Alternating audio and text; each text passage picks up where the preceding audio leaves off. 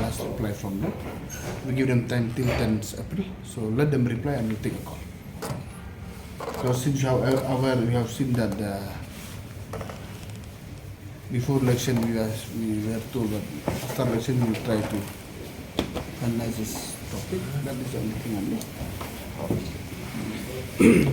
Kay karay mag-clashim halog na meeting No, to not the yet. HPC. The decision was that, so day 6 time for another 3 months, so we have decided yesterday in the meeting that yesterday we will write a letter to them for the Hartan Committee, so we'll give them time till 10 April. Let them reply and we'll discuss again. That was decision taken yesterday. There was a blueprint which the They already submitted to them before. Not before, long time before election. After submission the blueprint to them, they told us give us time, and again they asked time for 3 months. So we thought 2-3 months is too long. So yesterday we just decided, so we'll give them time for reply till 10 April. Let them reply and we'll take a call on that. Simple as that. What if the kota santai nakaliang ka department kan ya sikpa kre? No, let us let receive the reply from them first. Okay. What they want. Okay. We'll see. Government will take call accordingly. The government can stick you to go. You obviously have to stick to that.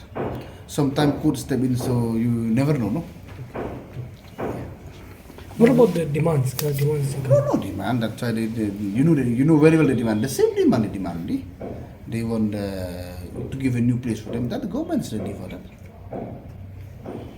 If the demand is genuine, government will okay with that. And if the demand is not genuine, so we'll just keep discussing. But we will try to solve it at the earliest possible.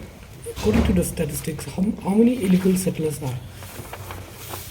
It was there is a figure, I'm not really remember, the 342, it seemed, I'm not wrong, because a long time we discussed, so that we always stick to the legal or still.